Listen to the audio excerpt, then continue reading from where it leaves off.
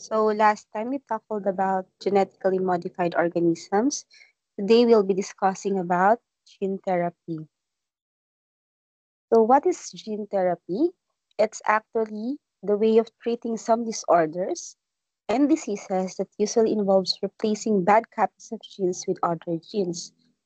So this kind of therapy is manipulating genes. So naglalagay sila ng good genes sa isang bad genes para ma-replace yung sequence of genes or DNA at mawala yung disorder or maiwasan yung sakit. So the whole vast concerns of human health, usually this is on human health, for disease treatment and prevention, for diet, for general lifestyle, for aging, and the new discoveries of this from molecular and atomic physics, if applied to biological basic, which is the building block, the genes, we will have a greater technology for human health in the future. And according to Total de Jesus, so ano ba dapat malaman natin about stem cell treatment daw sa Philippines? In Manila, it was in recent years that beauty doctors like Vicky Velo, they offer stem cell therapy. And they would say that it's a medical fountain of youth. Pampabata kasi yung stem cell. In various media platforms like social media, advertisement on televisions, and other hospital and clinic packaging says that stem cell is a cure-all remedy. But there's this person known as Samuel Bernal, which is a Philippine-American doctor and also a lawyer, an expert in the fields of generative medicine and regulatory law, who happens to be studying in Johns Hopkins and Harvard Medical School, also a current professor of University of California, Los Angeles, and a member of American Association of Clinical Oncologists and Cancer Researchers of the US. And he says that stem cell therapy is not a cure-all. So, hindi naman nakaka-lunas ng lahat ng sakit ang stem cell. The goal of stem cell is not longevity, but an anti-aging problem. So, hindi naman pampahaba ng buhay ang stem cell. Yung stem cell only tries to allow body to heal itself. So, ang stem cell talaga is ginagamit siya para mag-heal yung body natin sa mga sakit. So, Bernal is a lawyer and an expert cases on medical malpractice, medical product liability, FDA, FTC, which is Federal Trade Commission, regulations in testing approval, advertising, and marketing of products. So, ang stem cell, kailangan niya munang ma-analyze sa molecular level. Ano ba yung cause sa problem nito? Ano ang pwedeng gawin para ma-prevent mo yung isang problem? It's not just a small part of the molecular approach to medicine, but it's too tiny, too intricate kasi genes yung pinag-aaralan niya. So what genes can do? So every one of us have genes. And so genes are carried on chromosomes are the basic physical and functional units of heredity. So that's why you are unique because you have different genes, unique genes. These are sequences of bases that include instructions on how to make proteins. So these proteins function and even make up the majority of cellular structures. So for example, we have a father, which is XY chromosomes, and a mother, which is XX chromosomes. They produce the XX baby. Yun, father passes the trait from the X chromosome D to the baby. Or pwede rin naman yung mother niya having that D chromosome is passed to the child. So X-linked recessive genetic defect from the daughters. When genes are altered so that the encoded proteins are unable to carry out their normal function, genetic disorders can result. So, nagkakaroon ng genetic disorder. So, meron tayong lahat na defective na genes. Yung iba, apparent. Yung iba naman, hindi nakikita. So, we remain blissfully unaware of this fact unless we or one of our close relatives are among the millions to suffer from genetic disorder. So, lahat kasi ng genes natin, meron tayong defect genes, but it's not visible. Bigla na lang lalabas siya sa other relatives of ours. About 1 in 10 people has or will develop in later stage inherited gene disorder. Approximately 2,800 conditions and defects caused by mutations in genes in a patient. So we inherited these genes from our parents. So most do not suffer any harmful effect from these genes because we have two copies, one from mother and one from father. So nagiging recessive siya. Pag dominant yung gene, lalabas talaga siya, observable to the children. Pero pag recessive, na-hide out yung genes na yon. The only exemption to this rule are the genes found on the male sex chromosomes. So kung nakikita siya sa father side, mostly lalabas din siya sa bata. Males have X and Y chromosomes from their mother and father. And then, this cells has only one copy of the genes of these chromosomes. So, isa lang ang kopya nun. So, the law of inheritance says that the majority of cases, one normal gene is sufficient to avoid the symptoms of disease. So, kahit may sakit yung mother, kung yung father has a healthy genes, it can suffice to eradicate or hindi magpakita yung bad genes na yun. So, kung may sakit naman yung father, kahit yung mother have a healthy genes, magiging recessive daw yun. So, potentially harmful gene may be recessive. Normal counterpart will carry on the task assigned to both. Okay? If the parents have two copies of the recessive genes, disease will develop. So, kung parent mo, merong sakit, and then mother and father both, kakaroon din yung anak. The 5 most common genetic disorders are Down syndrome, thalassemia, cystic fibrosis, Tay-Sachs disease, and sickle cell anemia. So, yung Down syndrome, so usually kasi may 23 pair tayo ng chromosome. Pero sa Down syndrome, sa 21st chromosome nila, nadadoble o nakokopya, kaya nagkakaroon sila ng extra na chromosome. Kaya, lumabas yung Down syndrome sickness. So, itsura nila, they have small nose and mouth and ears.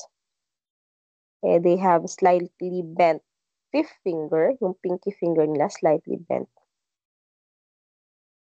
They are usually short.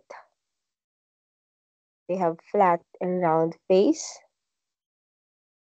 And their eyes are almond shaped. Yan.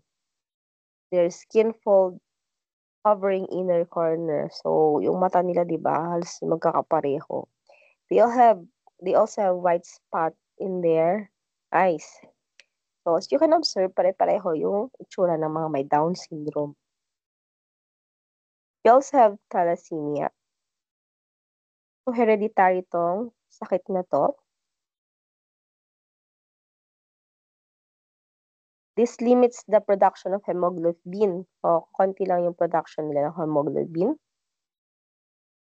So, there's no oxygen flow in the body kasi konti lang yung hemoglobin nila. There's no flowing of oxygen in the bloodstream. So, 25% daw yung chance na yung anak mo magkakaroon ng thalassemia kung parehong mother and father may thalassemia. Ito, so ang symptoms nito, fatigue. Yung lagi kang parang pagod. Weakness, nanghihina. Shortness of breath. Lagi kang parang hinihika. A yellow discoloration of the skin. And then stunted growth. Yan, so hindi na lumalaki. And bone deformities.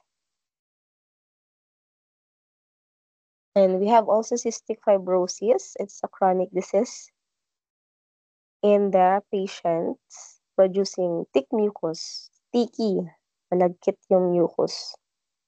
So this is found in respiratory, digestive, and reproductive systems. Katulad ng thalassemia, yung disease na to inherited din 25% kung both parents meron cystic fibrosis. So symptoms nito, sa digestive system, yung may bowel disturbances, you had the weight loss, obstruction, and constipation yan. For bones, nagkakaroon ng osteoporosis and arthritis. For the respiratory system, laging inuubo, may cough, at may thick na mucus. Laging nagwi-wheezing, shortness of breath, so parang inaasma ka lagi. Frequent chest pain, laging kumikirot yung baga nyo. You have sinusitis and nasal polyps, so laging may sinusitis. For reproductive problem also, 95% daw ng men, saka 20% ng babae naman, nagiging infertile, nagiging baog with cystic fibrosis. Then we have Tay-Sachs disease. And bakit Tay-Sachs? This is found in chromosome 15. So, irreversibly fatal, so nakakamatay sa bata. It gradually destroys kasi the nervous system, resulting to death by age of 5. Yan. So, naging Tay-Sachs yung disease because of ophthalmologist Tay, who described the cherry red spot on the retina, may kulay cherry yung sa eyes ng may Tay-Sachs. And then Bernard Sachs is a neurologist na nag-explain na may mga pagbabago sa brain ng Ashkenazi Jews. Kasi may Tay-Sachs disease sila, kaya naging Tay-Sachs kasi collaboration ng two person to. Warren Tay and si Bernard Sachs. So, this is the symptoms. It has brain damage. It has a cataract, jaundice, so yellowish yung color ng skin, a large liver. We also have a kidney damage.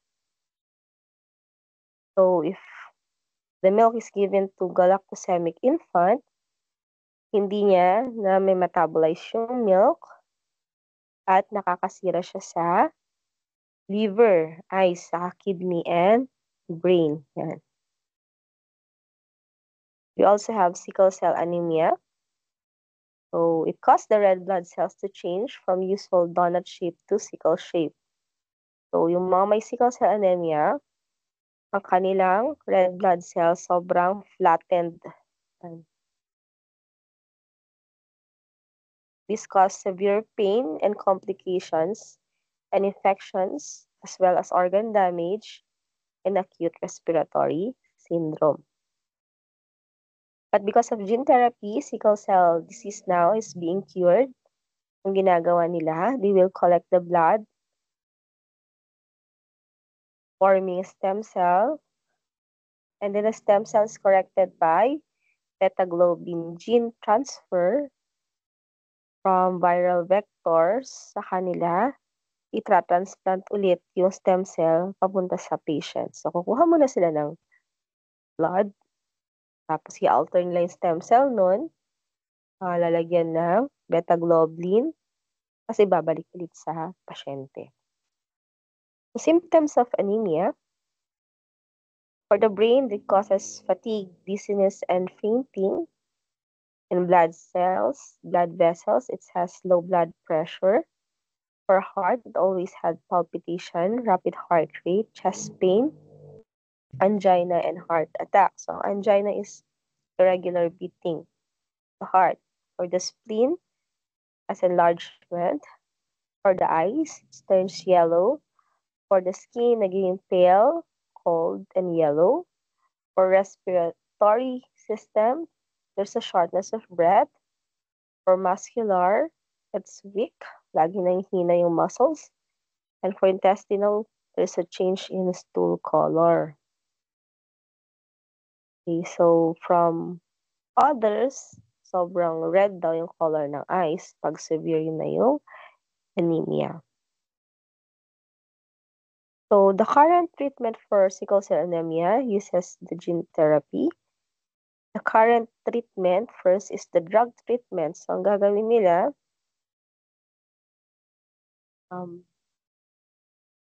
gagamit sila ng gamot para magkaroon ng insertion ng hydroxyurea sa blood. Also, they do allogenic transplant.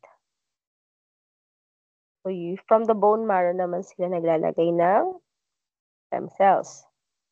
Sa future treatment naman, nagkakaroon ng ex vivo therapy. So, pag ex vivo, gene therapy sa labas ng organisms nangyayari. So, magkakaroon ng gene addition and gene editing. Yung modified na stem cells, ibabalik ulit nila sa pasyente. This is done in the laboratory. While for in vivo naman, direct na ini-edit yung gene sa loob ng patient,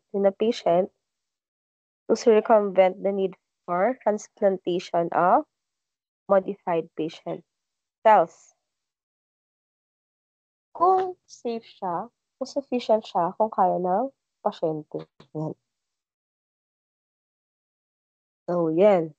What is gene therapy? So, sabi nga kanina, it's insertion of genes to individuals and tissues to treat a disease. Likewise, the hereditary disease in which a deleterious mutant allele is replaced with functional one. Tatanggalin nila yung mutant allele. So, how this works?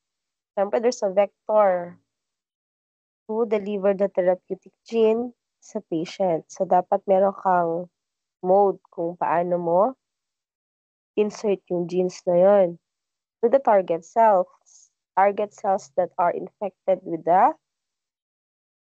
viral vector or mutations. And then this will be inserted to the target cell para magkaroon ng functional protein, creating a therapeutic gene, causing the cell to return to normal state. So yun, binabago niya yung genes para maging mas maayos. So experimental ang gene therapy. The advances in understanding this one, manipulating the genes, had set the stage for scientists to alter a person's genetic material to prevent diseases. It involves genetic material like the DNA or the RNA in the cells to fight diseases. So mostly, the gene therapy are trials and experimental. So experiment it with the cancer and other diseases which are not available outside a clinical trial. Yan. So patients' genes are being replaced with the good genes. So what can this gene therapy achieve? So replacing a mutated gene, pag replace mo kasi yung sirang genes with a healthy gene, tapos mawawala na yung unhealthy na gene, di ba? Tatanggal nila yung mutated gene to help fight the disease. The uses of gene therapy are replace missing or defective genes, deliver genes that speed the destruction of cancerous cells. So, para maiwasan yung pagdami ng cancer cells, para mapalitan yung mga may depektong genes. To supply genes that cause cancer cells to revert back to normal, para bumalik sa dati yung mga genes Tapos sa bacteria saka viral genes naman, to be used for vaccination, and to enhance the growth or stop the growth of a new tissue. And also, last one, for healing damaged tissues. So our genes medicine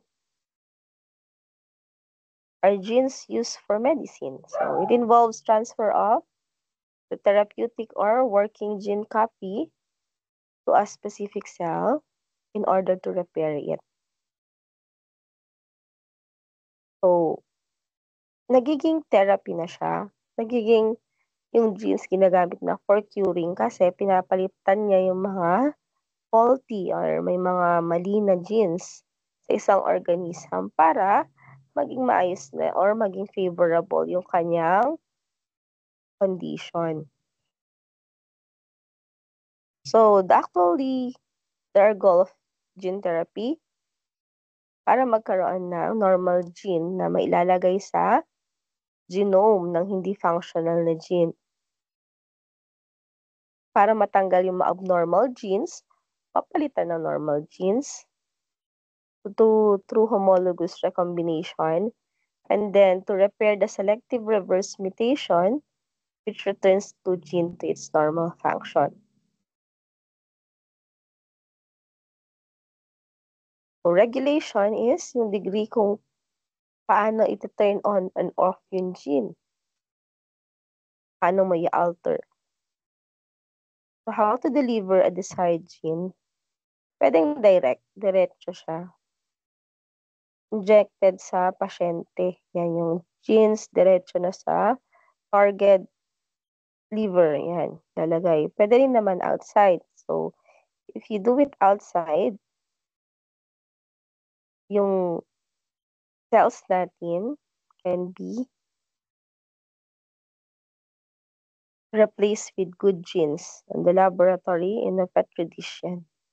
Adult stem cell, tatanggalin, nagkakaroon ka ng in vitro or papalitan mo ng bagong genes yun.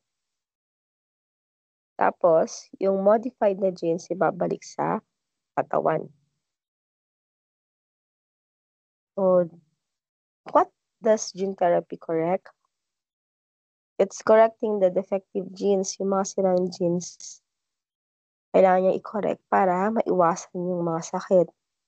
Researchers may use one or several approach for correcting genes. Yan. Unang ginagawa nila, tatanggalin nila yung cells sa patient. Tapos, sa laboratory, i-alter nila yung virus para hindi na mag-reproduce. Tapos, next one, yung genes na yun, i-insert nila sa virus. And then, mababago nila yung virus, they will alter it from the cells of a patient.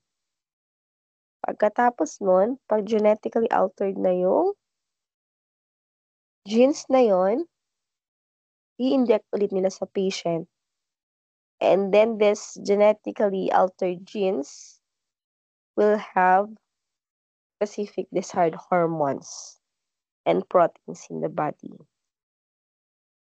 And approved yung gene therapy noong September 14, 1990 sa US by the National Institute of Health, by French Anderson, a doctor, also with his colleagues Michael Blasey, Bozade, Kenneth Culver, performing the first gene therapy.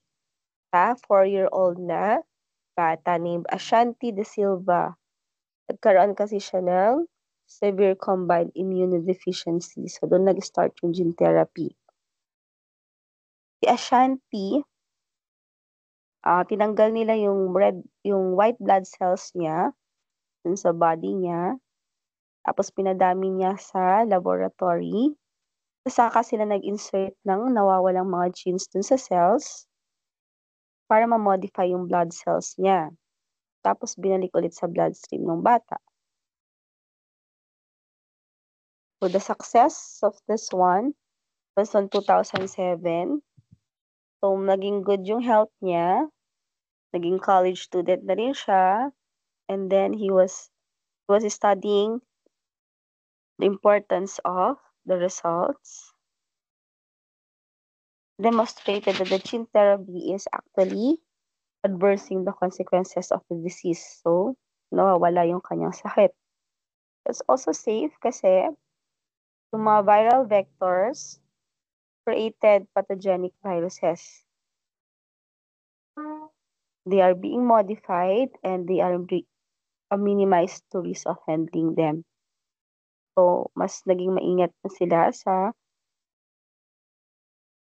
pag-manipulate itong genes na to. So, it's safe. Pero may ethical issues siya kasi paano mo daw gagamitin yung good and bad gene sa therapy? Ano mo ma-distinguish yung good sa bad genes, di ba? At saka sino magde-decide kung normal o hindi normal yung isang genes na yon? It's also costly, napakamahal. Hindi siya available sa lahat, yung mayayaman lang. Kung magkakaroon ba ng gene therapy, para mo na bang sasabihin na yan, less acceptable na ba yung mga tao na different? I-discriminate mo na ba pag may bad genes sila? Kung hindi sila healthy? And kailangan ba i-allow ang gene therapy para maging mas maayos yung mga human traits natin such as height, intelligence, and athletic ability? Diba? Babaguhin ba natin lahat ng genes ng tao para maging perfect tayo? So the future of gene therapy, it focuses on treating and curing existing conditions.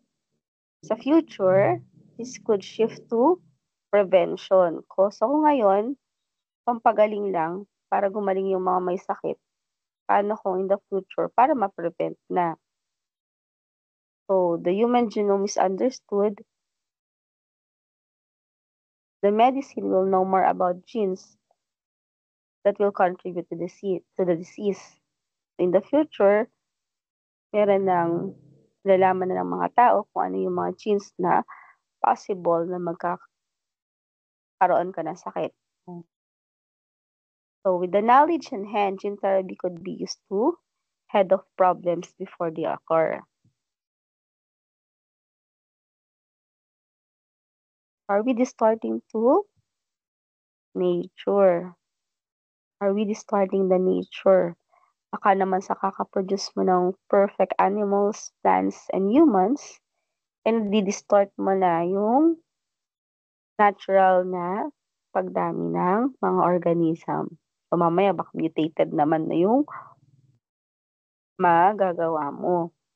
So, sa another comics, your name is Bennett. Sorry, this is gene therapy, sabi niya. So, nagkaroon ng cloning, Cat Bennett. Pero sabi niya, no, I'm not Bennett, I'm Jeans, sabi niya. Gene therapy daw. So, do not forget that genes can be unpredictable. All mess up. So, our genes is unpredictable. Pwedeng yung genes nung lolo mo, hindi nakuha ng parents mo, hindi mo rin nakuha, pero lalabas bigla sa anak mo, di ba? For example, si lolo mo, lola mo, kulot, parents mo, straight yung hair. Ikaw, straight at hair, pati kapatid mo. Tapos bigla na nga nakakulot yung buhok niya. Eh, yung asawa mo, straight naman. So, yun, it's unpredictable. So, that ends our discussion on the gene therapy.